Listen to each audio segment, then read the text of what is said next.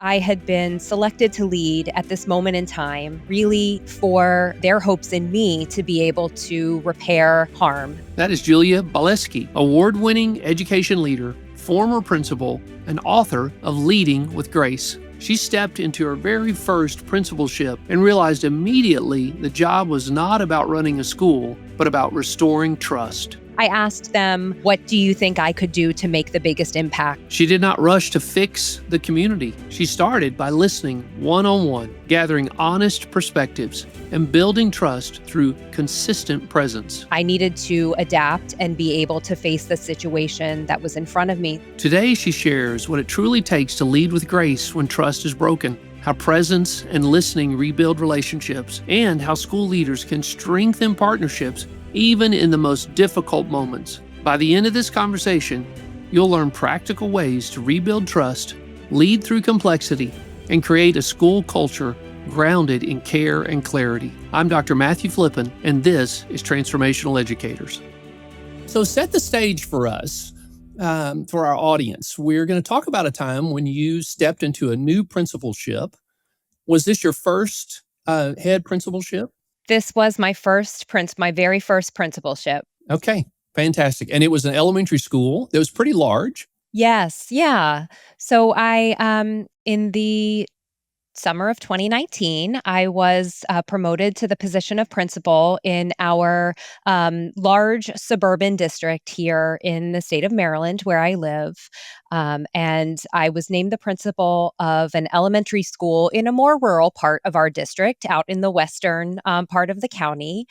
And the school was about 650 students in preschool through fifth grade. And so we had our traditional kindergarten through fifth grade program for elementary school. And in addition, we had a regional early childhood center serving preschool and pre-kindergarten age children, as well as a very new to the school academic life skills regional program for students with more intensive disabilities. And so there were really two separate programs within that school that made it really a unique and special place to be. Wow. So it sounds like, you must have had high hopes going in. It sounds like a really great opportunity to start, right? It really was. And, I think when you first get that opportunity, you reach this career milestone that you've been waiting for and working for a long time. You're excited and you're riding high on that promotion and that opportunity to go in and serve, and hoping that you're going to have a little bit of time to just enjoy those feelings. And perhaps that was a bit of naive thinking on my part going into it, but that's certainly where I was there at the beginning. And I quickly learned that the real work starts immediately. Yes. Yeah. So tell us what happened to derail those plans and hopes. Yeah. So, my story may not be unique, but it was unique to me at the time and certainly not what I expected. I was named at the public board meeting, as is the process here in the district where I work. And the next morning, I was called into my supervisor's office at the district office. And I thought, oh, wonderful. This is what every new principal must get. But I learned that was not the case. I was called in and congratulated, certainly, but also faced immediately with a situation in the community that I needed to be aware of. And I quickly learned that I had been selected to lead at this moment in time the elementary school, really for their hopes in me to be able to repair harm that had occurred in the community. And it wasn't necessarily one specific incident, but rather, a series of incidents that built over years or even decades in this rural part of our county, where the school had traditionally been a very high performing school academically, and it had served many students very well. But there were some racial issues in the community that were bubbling up in the school, and that were resulting in harm for students. And families, as a result of that, were losing trust or had lost trust, not only in the school with one another within the community, but in many ways with the district because of, again, incidents that they were aware of that had taken place over years and years that were not being repaired fully. And so I really entered into this role of principal, thinking about things like instructional leadership and management and, what is my 90 or 100-day plan going to be coming in. And I quickly learned that I needed to adapt and be able to face the situation that was in front of me. So while I had those high hopes and I was riding high and I knew that I was ready, I quickly experienced the weight of the job and the weight of that responsibility of leadership to really be able um, to truly serve a community and all members of a community in the moment and meeting them where they were and serving them in the way that they needed that might have been different than what I was picturing at that time. Yes, yes. Yeah. Wow, thanks for sharing that. Julia, I can only imagine that, when unresolved racial issues are in place, those don't just cause children harm and families hurt, but they can also fracture staff, the faculty as well. Did you experience that? I did. Anytime there's anything that involves children, regardless of what the issue is, and that involves families, there's always, a high degree of privacy that's involved. And so what I experienced was that there were staff who maybe had an awareness of what was taking place, and there were staff who didn't, because in their day-to-day work, they had not encountered it, or they were not aware of specific incidents that had taken place due to confidentiality. And so I think there was just some unease among staff that maybe weren't sure what was going on. They knew that something was amiss, but they didn't have all of the details. And of course, that creates a lot of discomfort. And on the other side of things, there were staff who had had personal experiences themselves that had left them feeling hurt and that had caused conflict among staff members that may or may not have even still been at the school. But again, people were really walking around. They were walking around hurt, and there was a lot of damage that I uncovered in those first weeks and months, and even over a longer period of time. I don't want in any way to imply that it was over a very short period of time that all of this was sort of unfolding, but the challenges that I faced were pervasive throughout the student body and the parent community, the larger community, as well as within the staff. Every single person who had a relationship with the school in any way was impacted in some way by this. Wow. Wow. Yeah. Now, was this your first time to deal with this kind of hurt? I think this was the first time where I knew that at the end of the day, I was it. I was the factor that could really help to repair this harm. Certainly in when I served in the role of assistant principal for 6 years before I was a principal, when I served as a teacher, in other volunteer work and things that I've done in the community. Of course, I had encountered situations where people maybe were hurt or there's some type of restorative action needed to be taken.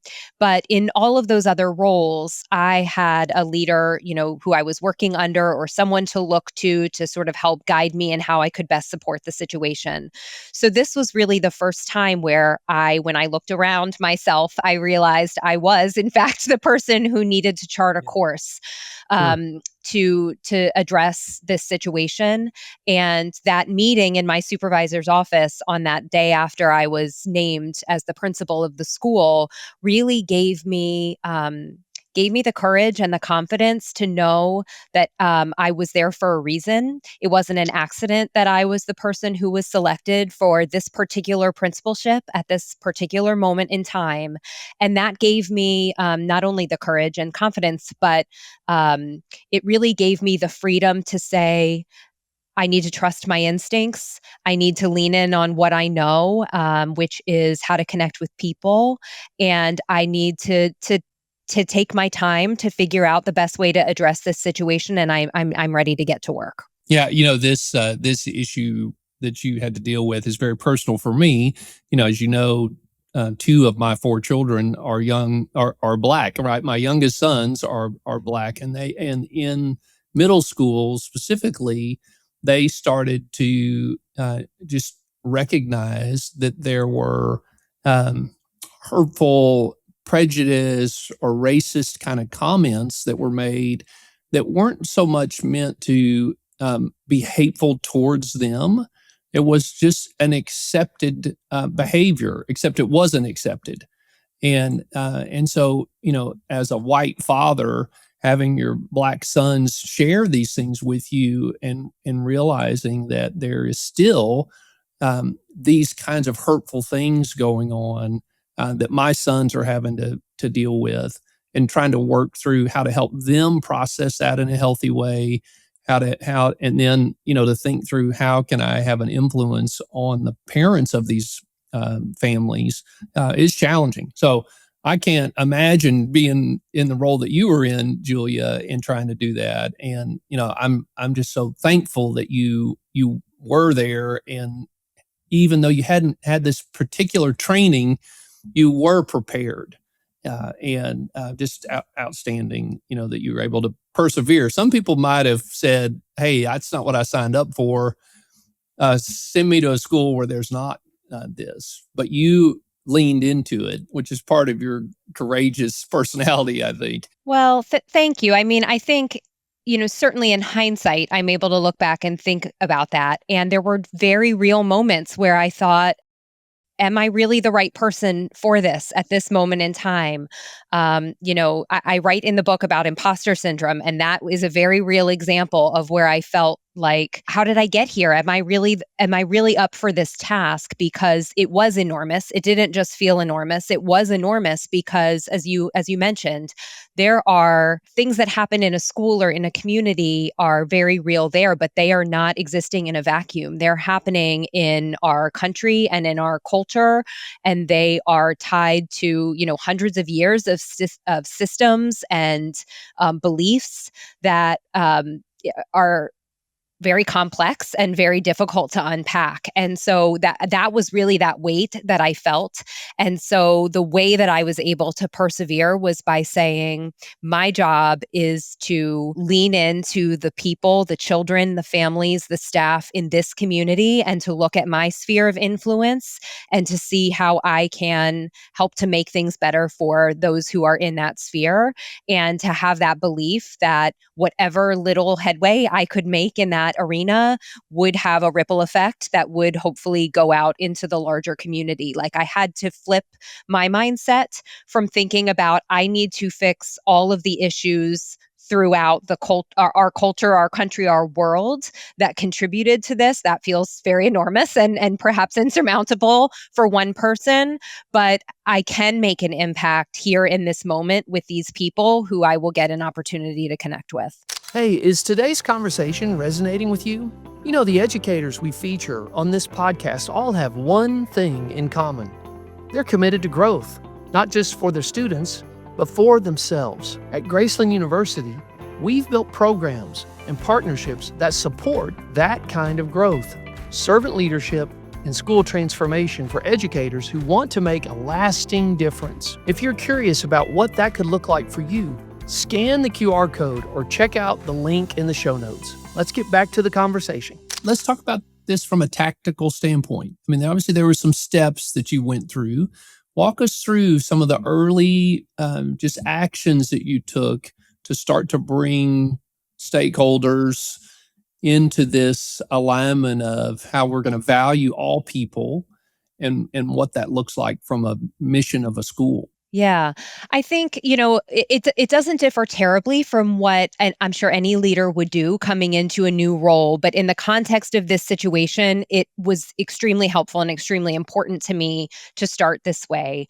Having been appointed in July meant that I had the summer before the children and the staff really returned for the school year at the end of August. And so what I did was all about relationships. I mean, every single action I took, everything I did every single day for that entire summer was in the interest of building relationships. And I invited everyone I could think of to come in and meet with me one-on-one. I devoted a tremendous amount of time and energy to that in those first couple of months. I invited every staff member, had the opportunity. At that time, there were about 100 staff. We grew over the subsequent years as our regional programs grew, but I invited all 100 of the staff members, and that was every single faculty and staff member who worked in the building: teachers, front office staff, paraprofessionals, and student assistants, custodial staff, even some of our regular substitute teachers who frequently picked up jobs at the school. It was optional, so people were not required to come, but I was really moved to find that the majority of people took me up on that offer, and they signed up for a time slot to come in and meet with me. What did those meetings look like? So I tried to have a structure for the meeting because it was both in the interest of building relationships with people, but it was also, my job was also to learn that school and to learn that community. So while I had worked in the district, I knew the curriculum, I knew, the district policies. I had worked in elementary schools for my entire career at that point. Every school is nuanced and different. And so it was both sort of a research opportunity for me so I could really learn, because I can't lead a community that I don't understand. And I needed to listen to people. Yeah, that you need to, yeah, we just say that one more time. You can't lead Yes. a community that you That I don't don't understand. understand. You can, I mean, I suppose you could, but you might not be very effective. So it was really important for me to truly understand.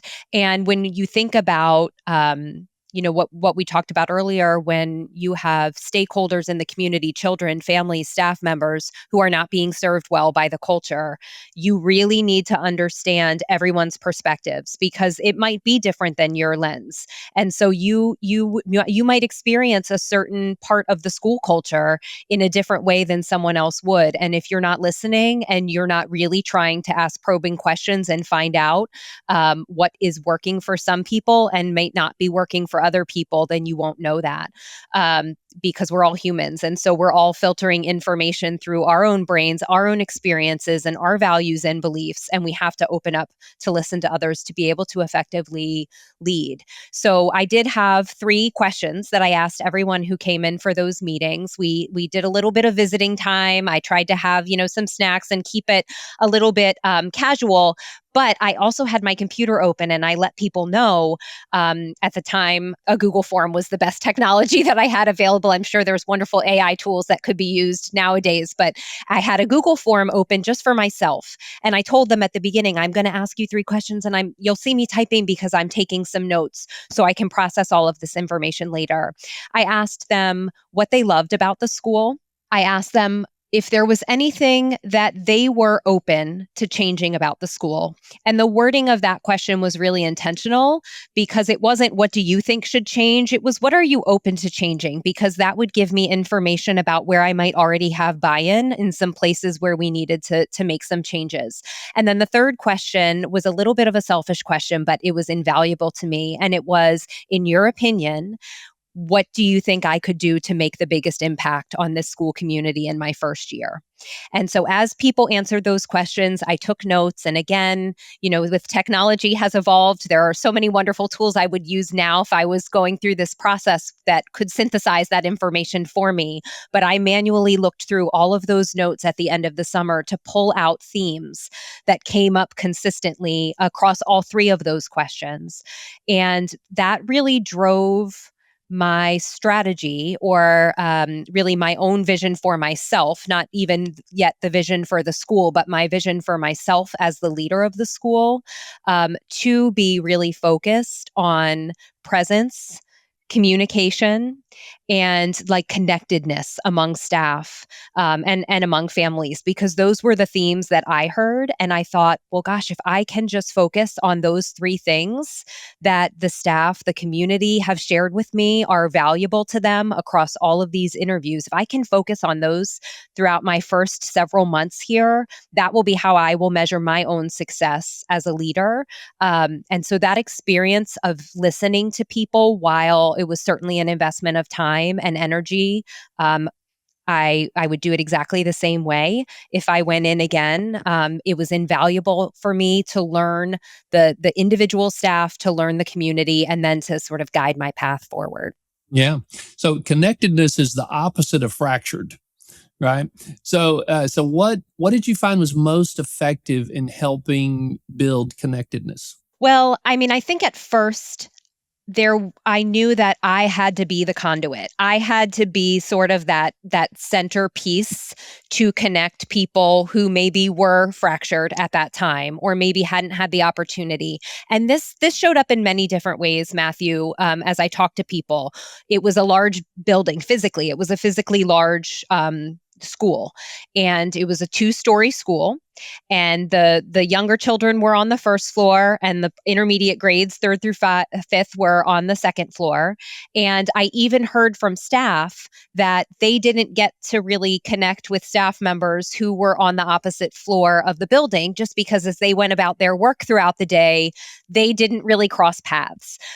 It was different than any other school building where I had ever worked, in that there were many different places throughout the building, even where staff members ate lunch. There wasn't one faculty lounge or staff lounge where everybody gathered and you would sort of pass people throughout the day. There were multiple places, and you wouldn't think at first about how that could contribute or take away from people feeling connected.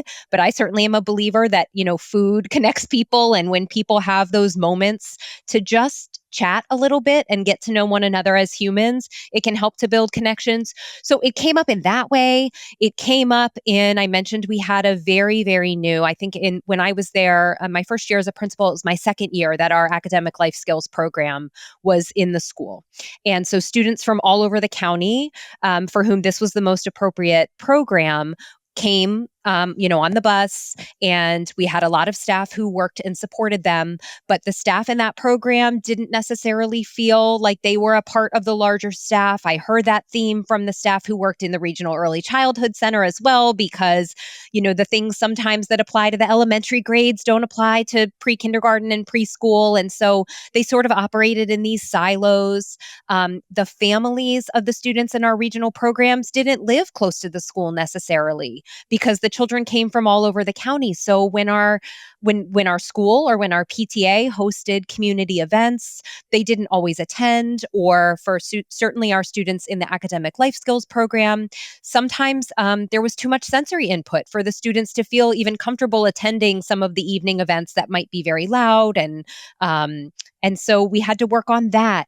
I knew that I had to be sort of that center factor at the beginning, and that I had to build relationships with every single individual person.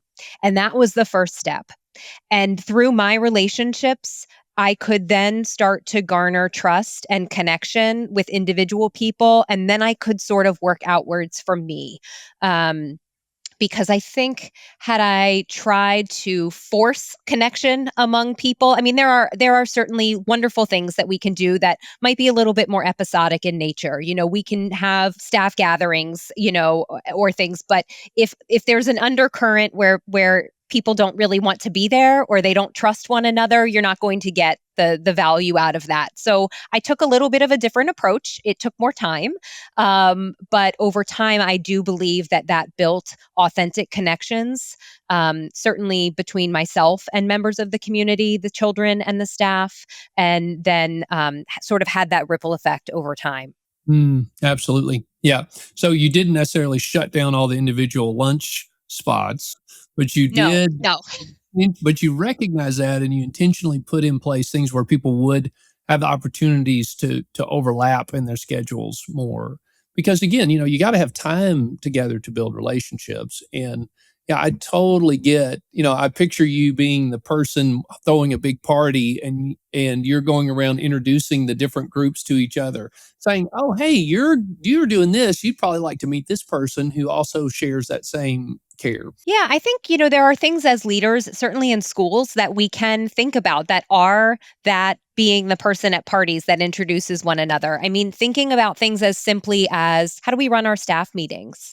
Does everybody come in and sit wherever they would like, which makes us feel comfortable sometimes? Or do sometimes we push people just a tiny bit outside of their comfort zone and mix them up at tables really thoughtfully, maybe for part of the staff meeting for a particular activity, to give them an opportunity? It's also, do we build in a couple of minutes for some type of icebreaker or some type of connector at the beginning of a staff meeting. So I had a large leadership team at the school from our grade level team leaders and other leaders throughout the building, and we would meet on a biweekly basis. And I put in place that we started every single one of those meetings with a few minutes for celebrations. So it didn't require a lot of planning.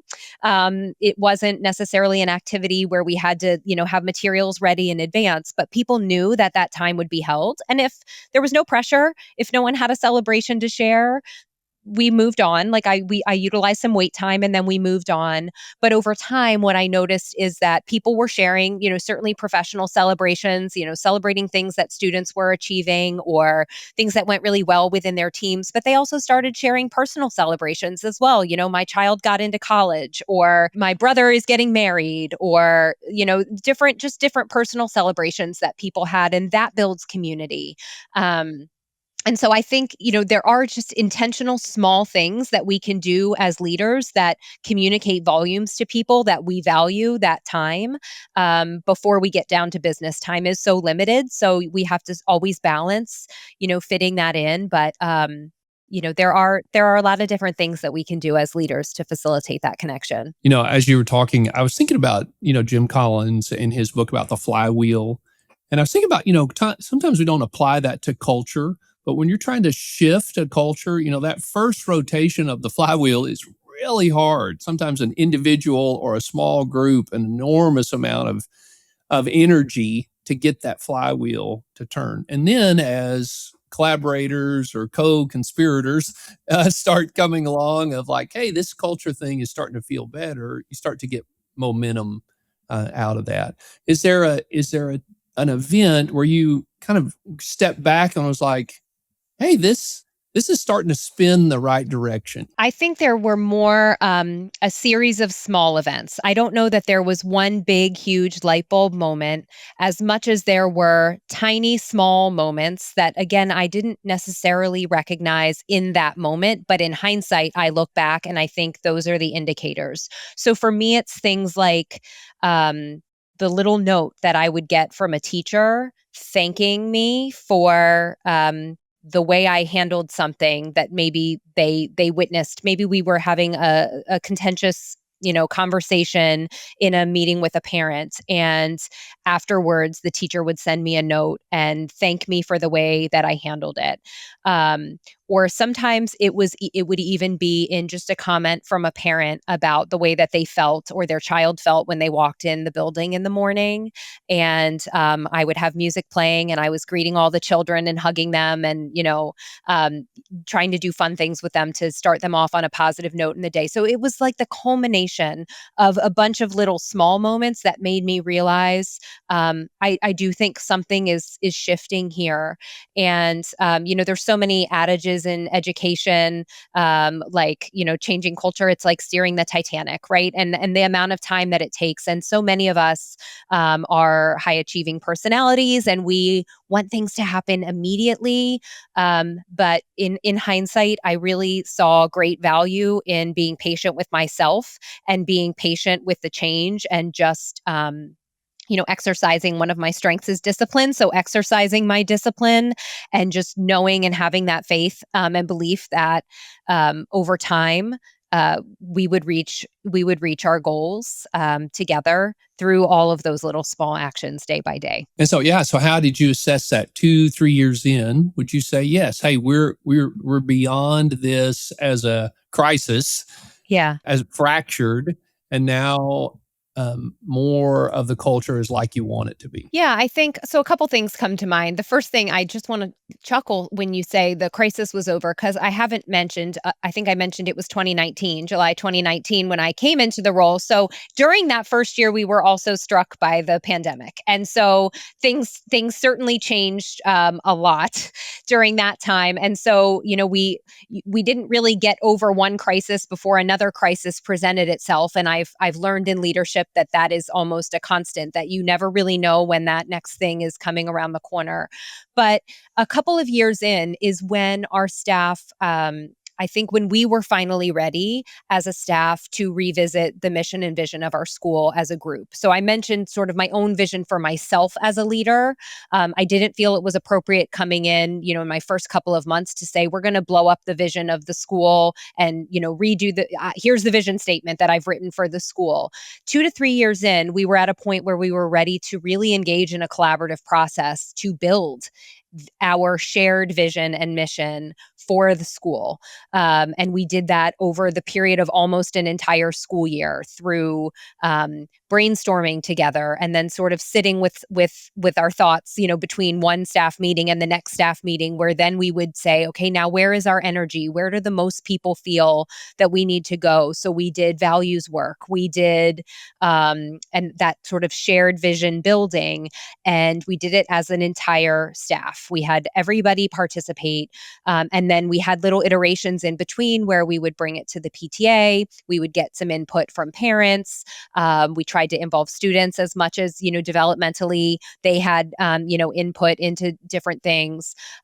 We couldn't have done that in our first year. And I think in other contexts, in other scenarios, that would be perfectly appropriate. In mine, it wasn't. And it really took that time to sort of build trust for people to believe that I wasn't engaging in this work performatively. I wasn't engaging in it to check a box or because I believed that it was something I was supposed to do as the principal. And I wasn't foisting it on them because we know we're not going to have buy-in from staff, community, students, if they aren't a part of the process and they don't really feel like they were there for the crafting of it.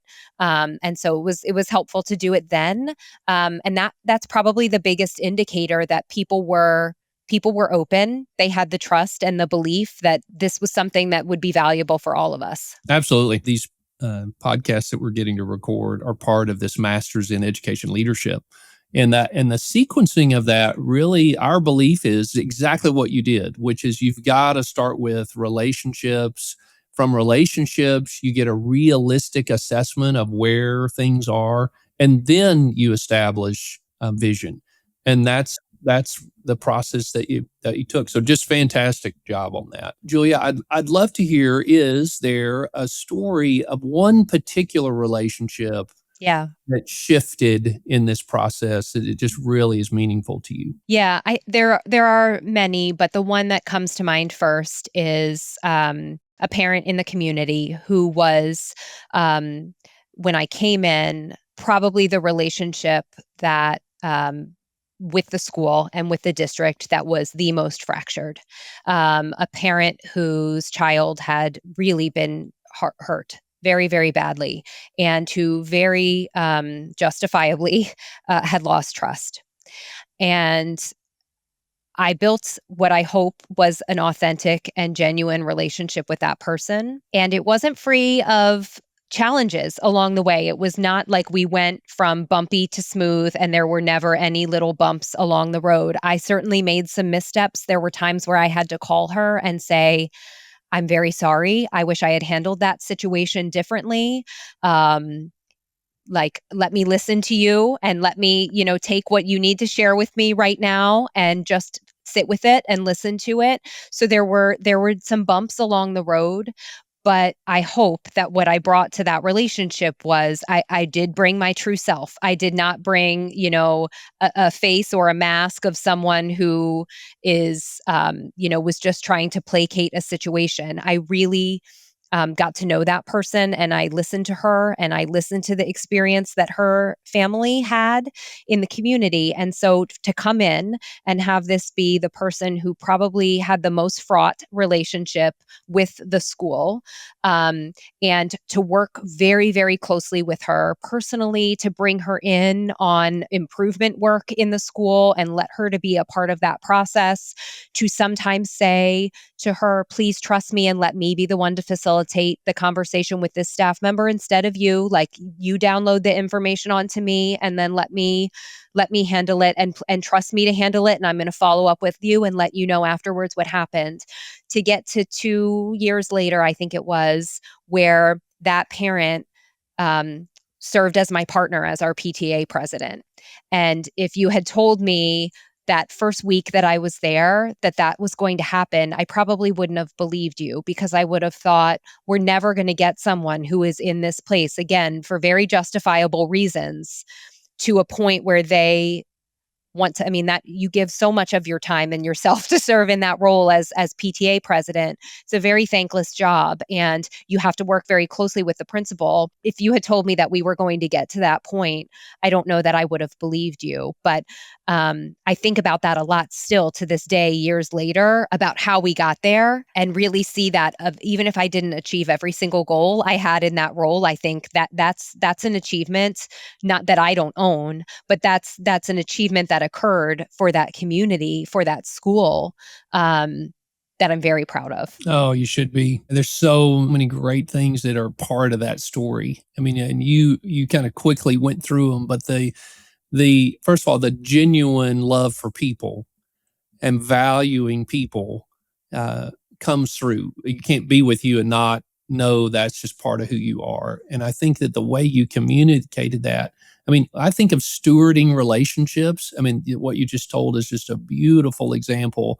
And again, not that we do it perfect, but it's okay to say, I'm sorry, I could have done that better. And that creates, capacity in relationships, of just being able to be honest with our shortcomings.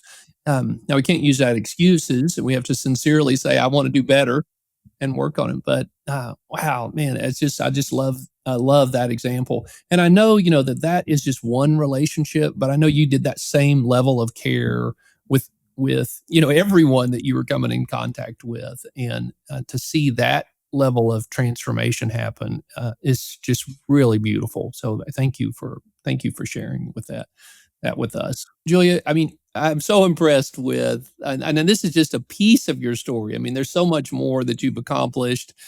Your book, Leading with Grace, really is fun. I mean, there's a couple of stories in there that you tell that just are always stuck in my mind. I won't spoil them, because I want people to read it for themselves.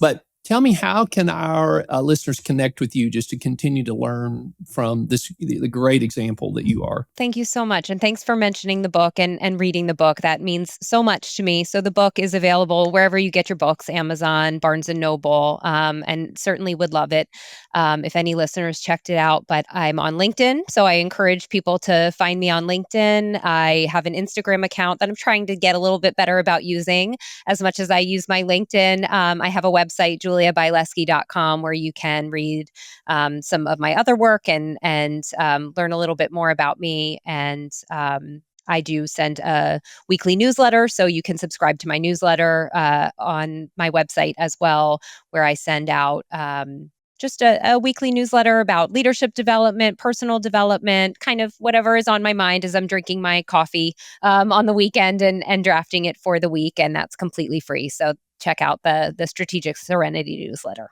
also. That's great. I love it. That's fantastic.